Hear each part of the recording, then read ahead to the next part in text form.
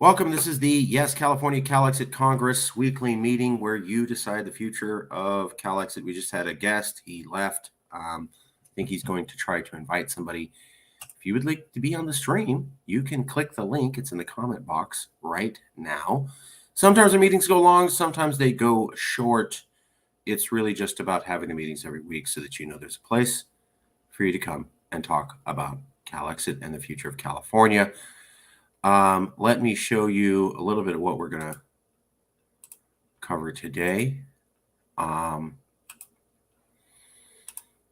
we'd already gone over this map. Republicans can vote California out legally. There was a show done earlier showing that there's about 27 states that hate California values, and that essentially there is a California travel ban against them, meaning California has found that they don't support our California values, and we've said that we ban travel from California government officials to them. 3 states, the ones that you can see in the black checkered box, don't have a travel ban against them, but all of the states in red and purple do. Those 3 states in the black box, we believe, will have a travel ban against them soon, given that they're talking about discriminating against LGBTQIA students. So out of 27 states, 3 remaining without the travel ban. They're in the black checkered box, but we predict that they will be having a travel ban soon. Even if they don't, those 3 states have shown that they are out of line with California values and support discrimination against LGBTQIA people. A quintessential California value is to protect them. When we look at that, we look at about 27 states that have a travel ban and essentially are completely Republican owned. Recently, we moved Arizona from the red to purple, meaning Republican trifecta, to a divided government. But really, it's the same story as the other divided governments. They're basically all red. So they call them divided governments because a Democratic governor barely won the race. I think with Arizona, the Democrat won by 0.2%, where the House and the Senate in that state are dominated by conservatives. So when we look at a state and its state government is close to 2/3 dominated by conservatives, and the governor barely won by 1 to 4%, as a Democrat, we don't consider that a divided government. It's a Republican government with a Democrat who eked out an election barely, which also means that they're so weak in that position, they're really not going to be able to go against the impulses of their state, which basically means they're a solid conservative government that doesn't like California values. California has slapped in the face with the travel ban, and who have the ability to vote us out according to Texas versus White. So we moved Arizona from Republican trifecta to divided government recently, but we consider it essentially still a hardcore red state. So the number of 27 states hasn't changed at all.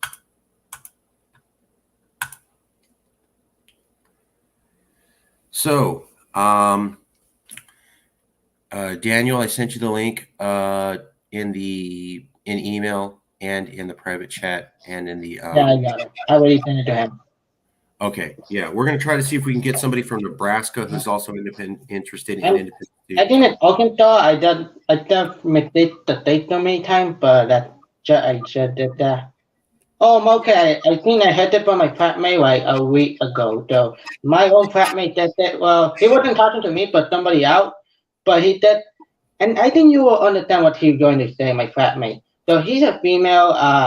He was talking to this. He was talking to this is like someone like in like not in politics, but in fifth period, and and they're talking about like politics, though, like we have politics and everything, and they're talking about like LGBTQI, what part of America accept LGBTQI, and my friend we're friend and said that he now we go to Pennsylvania because they're too homophobic.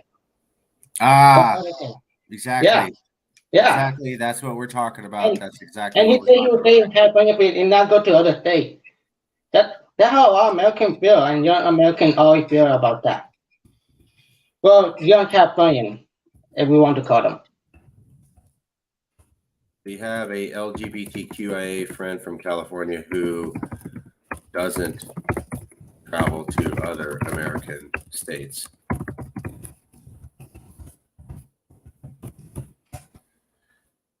And I think you were talking about Pennsylvania too.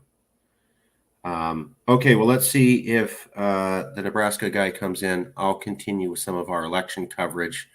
Let me go back to that map. So we already did a show on this, and we called it our 2-year plan. This is our 2-year plan. For the first time ever, we have the ability to get enough votes for California to be voted out. And the idea is that a simple resolution in 27 or even just 24 state houses would be enough to show that there's enough votes to kick California out. When Californians come to the realization that their fellow Americans are actually willing to kick them out, they will freak out and accept the offer. So just because 24 to 27 states have resolutions saying that they would all agree to kick California out doesn't mean that California is removed. California would have to accept those terms and then go. If it did so, it could enact legal and peaceful secession, according to the only Supreme Court case on secession in all of American history, Texas versus White, which says you, quote, can secede with, quote, consent of the states. That decision came out after the Civil War, which makes it legally binding. So consent to the states. 27 states could consent with resolutions showing that they're willing to. California would accept that, and because it'd just be so surprised and shocked that Americans really didn't love them and actually hated their guts and wanted them out, something Calexit has been saying, and yet the California media has been lying to fellow Californians about and saying, well, no, that's not true. You could never get the votes to leave California because these conservatives secretly love you and would be weeping in the streets if California left. We've asked many conservatives that, and they all laugh at that idea. So somehow our California media is lying to Californians that these states love us and would never vote us out. When we in Calexit talk to these people, they say they would definitely vote us out. So our plan is to get 27 of these states to pass resolutions so that the California media and the American media cannot deny that people would be willing to vote California out. And when Californians see that they got 24 states saying, or half of America saying, we hate your values and that's why we want to vote you out, they will be so offended because that's how Californians get. They will automatically accept it and leave. So that is the big plan. We've released that video. Check it out. We've released the maps. We're asking all of our friends and colleagues to help get these maps out and promote that this is the plan for the next 2 years. So I will leave it there. That is the big news. That's what we're roughly covering right now. In other news, we found out that Kristen Sinema is shifting from Democrat to independent, and she's not going to caucus with the Democrats, which means that the Senate now goes back down to about 50-50 Democrat-Republican split. So everybody thought that after Warnock won Georgia, that the Democrats would be in control. That was quickly dissipated within, I think, a few hours or days after Warnock won. That Kristen Sinema, out of Arizona, said that she will not be caucusing with them, which means the Senate's now back to being split. So the Democrats are not in control of the Senate, and the Republicans are in control of the House and the Supreme Court. And basically, this is what's called the lame duck term for the president the next 2 years. The president will be able to get none of his agenda passed. It will be blocked in the Senate because you have to have 2/3 of the Senate to approve anything. And it's called the filibuster. And they don't, since the Democrats only own half the Senate. They don't have 2/3. So they won't get anything through the Senate. They won't get anything through the House. Biden's going to be routinely investigated. It's going to be a horrible next 2 years for him. And that's how America's going to go. So We'll stay on for a few minutes, see if other people come in. Daniel, any comments? Anything you want to talk about, brother?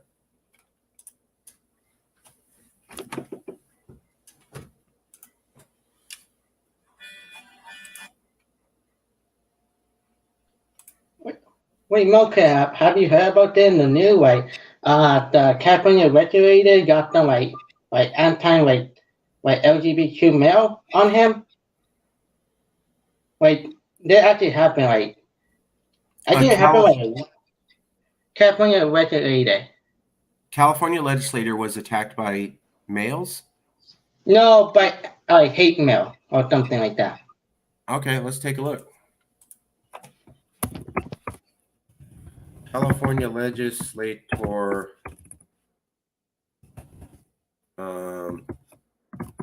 attacked by hate mail. Let's see here.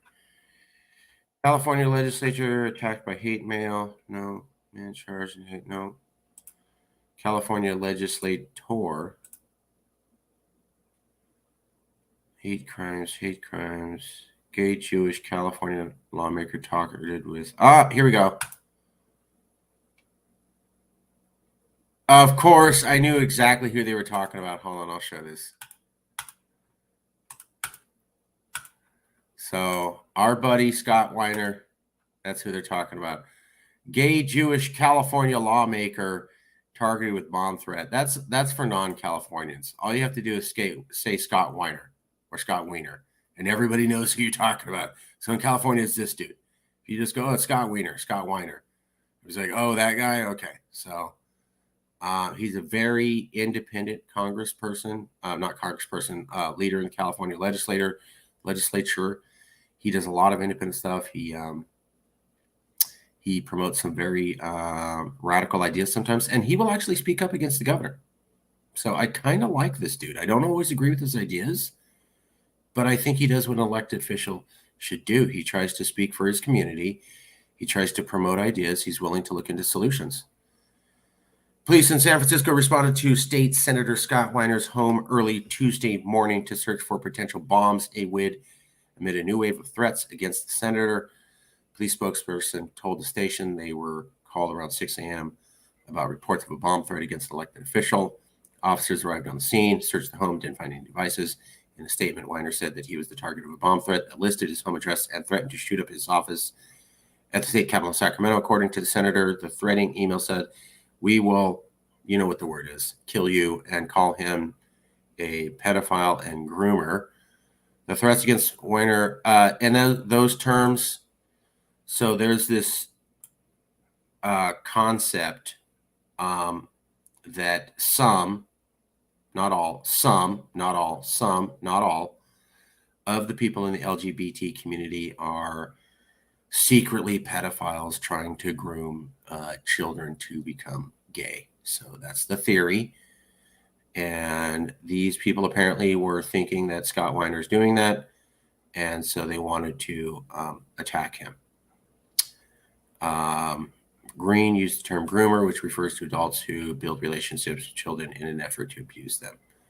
The word has been used by some on the far right against LGBTQ people, trading on an old stereotype that gay people are predators. Fair enough.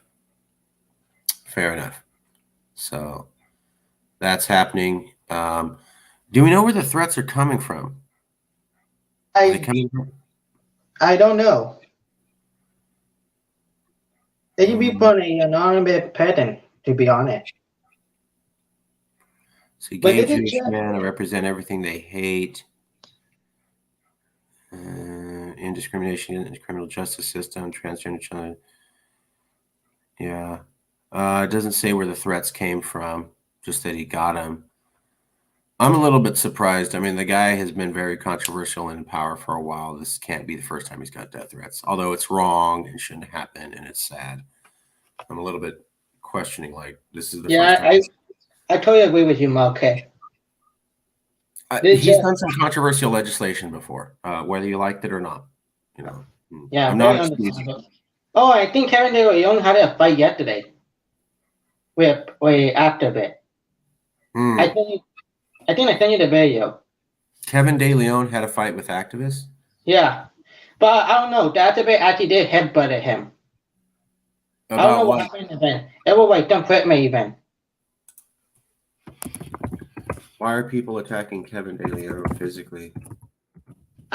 Because of the whole the Nancy Martinez resigning, and Kevin De Leon kind of like refused to resign and stuff, and also something like Kevin De Leon did some like terrible stuff, like for the homeless and for other people.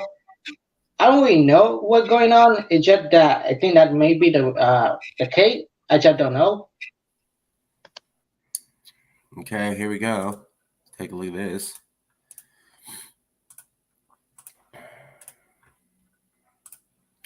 New video surfaces showing moments leading up to De Leon's fight. Yeah, commercial. Give it a second. No, I'm not trying to promote any brands.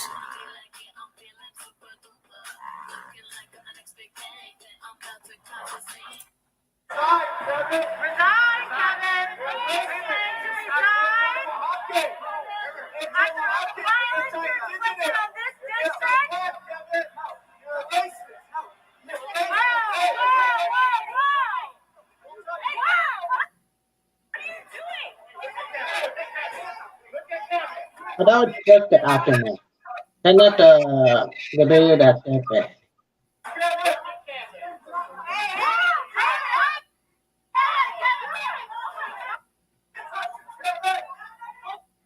Okay, well, that's De Leon defending himself. That guy was in his face, and I'm from the Central Valley. You don't do that and expect people not to react. So, whether that his behavior with this is about the LA City Council event where I think Nerys Martinez referred to a young African American child as a monkey. I believe the Spanish derogatory term is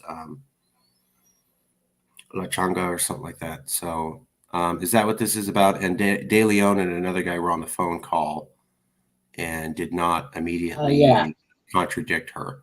And so they're saying, since you were on that phone call, De Leon, and you did not contradict the head of the city council, then therefore you agree with everything she's saying. Is that roughly the concept? Yeah, that's definitely the concept. Okay. All right. So I mean, I would never headbutt or attack a politician that just not know me. I don't know. Either you're an activist, you should not do something like that. So there is a thing called personal space. Yeah. And there's a thing called assault. And I'm not sure, I'm not rendering a judgment. I'm just saying that you're not allowed to legally go around and get up in people's faces very aggressively. It's called assault, and you're not supposed to do that. So that video got a little bit crazy. There was a lot of people jostling. That's the first time I've seen the video. I'm not sure who put hands on who first. I do remember there was a mayor of Sacramento who was an African-American man. And the same thing happened to him, where this activist who was Caucasian got up in his face and was like, well, I didn't touch you. He just got up in his face. And he put his hands on him too. And people supported the mayor. Now, that was a different time. That was years ago. He was African-American, different issues. But we'll see. Is that acceptable behavior when you want to make a political change to get right up in the face of a legislator and go, hey, I didn't do anything. To me, where I'm from in the Valley, that's how you get hurt. So you don't do that. But other people have different opinions about that. So the idea is that De Leon didn't immediately contradict Nerys, and so therefore he too is also a racist against African-American people. Is that the concept? Well, yeah, everyone. Well, do you believe everyone in the chat were all waiting and all were a part of this, and you want all of them to resign? Okay. Now, my understanding was that on that video, only one person was saying the racist things. Yeah, I know. Okay, so other people didn't say racist things. One person did, but because they didn't contradict her, therefore they too are equal racist. Is that the concept? Yes. Okay. Interesting. I mean, I don't agree with people say, but that's just what the majority of people think. Hey, I get it. I get it. The California values are about inclusion. Yeah. And Nerys, I already did a show where I said Nerys Martinez Gonzalez should leave California. Yeah, I think I talked about it in the show in Calexit with John Drake about her. I just never liked her. I just never liked about her homework plan. They would just play out awful. He just wanted to catch her the homework for no reason, without anything, and they would do controversial that the people of the area don't mad. I agree. And they would be put the whole way rated like a couple months before. I hate racism too, so I get it. So that's the issue. Is like if somebody says something racist and you don't immediately contradict them, then you too are a racist. I'll just add that I remember Joe Biden. Yeah. Recently said all Mexicans are rapists. Yeah. And I don't remember key members of the African American community calling him out on that. As a Latino, that does not make me feel very good. It also doesn't make me feel any good either. So, I feel uncomfortable with that. I mean, everything that Biden let's did. show that clip. I mean, almost everything that Biden did, it kind of made me uncomfortable. He kind of like Donald Trump. No different. Mexicans are rapists.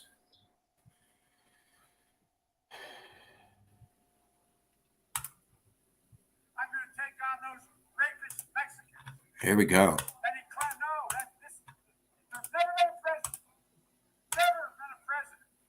Oh, it is a lie. Here you I'm go. going to take on those rapist Mexicans. And he claimed, no, there's never been a president. Never been a president. Oh, it is a lie. I'm going to take on those rapist Mexicans. And he claimed, no, I'm going to take on those rapist Mexicans. Okay, well that's pretty racist. I don't recall many of his supporters calling him out on that or asking him to step down. So, I mean, the question for me is like, Joe Biden literally says something racist and nobody calls him out. De Leon doesn't say something racist and he has to go. Okay. Makes sense.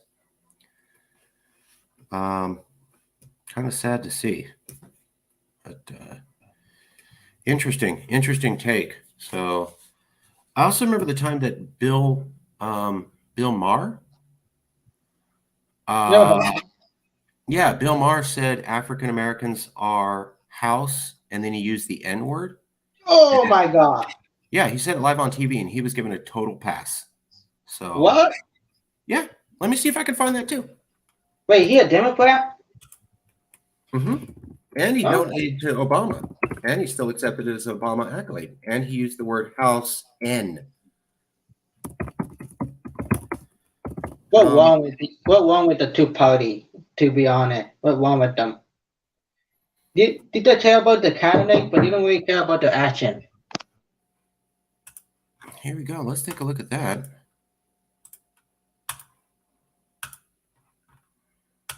Bill Maher, he straight up used the N word, and still on air. He literally had Ice Cube and a bunch of African Americans come on a show and go, "Hey, that's not cool, but you're cool." So I guess that's okay. So he can use it. He gets a pass. Joseph Biden can call Mexicans rapists. No one calls him out. He gets a pass. Interesting. But Latin people don't get a pass. So, I mean, I don't know what's going on, but something I noticed is looks like if you're Caucasian, you get a pass. But if you're Latin, you don't get a pass. So, Just something I noticed. Maybe I'm wrong. Okay, well, that's the show. Discrimination is wrong. Racism is wrong. I love the fact that Californians were in arms the moment they heard Narice's comments, and the idea of calling African American children monkeys is disgusting. It has no place in California. I was proud to say that Narice doesn't represent California values and should be kicked out of California. Amen on that. Yeah, and maybe De Leon needs to step down. Maybe he needs to be removed. My question is that I see inconsistency. And I'm just wondering, De Leon doesn't say anything racist against Black people, but he's got to go. Joseph Biden does call all Mexicans rapists, and he doesn't have to go. Okay. Seems fair. When I say seems fair, it's not fair at all. That seems really jacked up. So that's for Latin people to think about. How come when the president calls us rapists, nobody comes to our defense? Nobody gets in his face. Nobody demands he has to stand down. I wonder what that means in modern America. Okay, Daniel, any other comments, or we're going to wrap it up?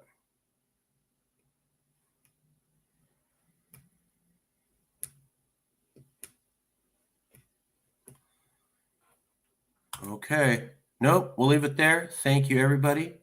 See you soon. Oh, whoops.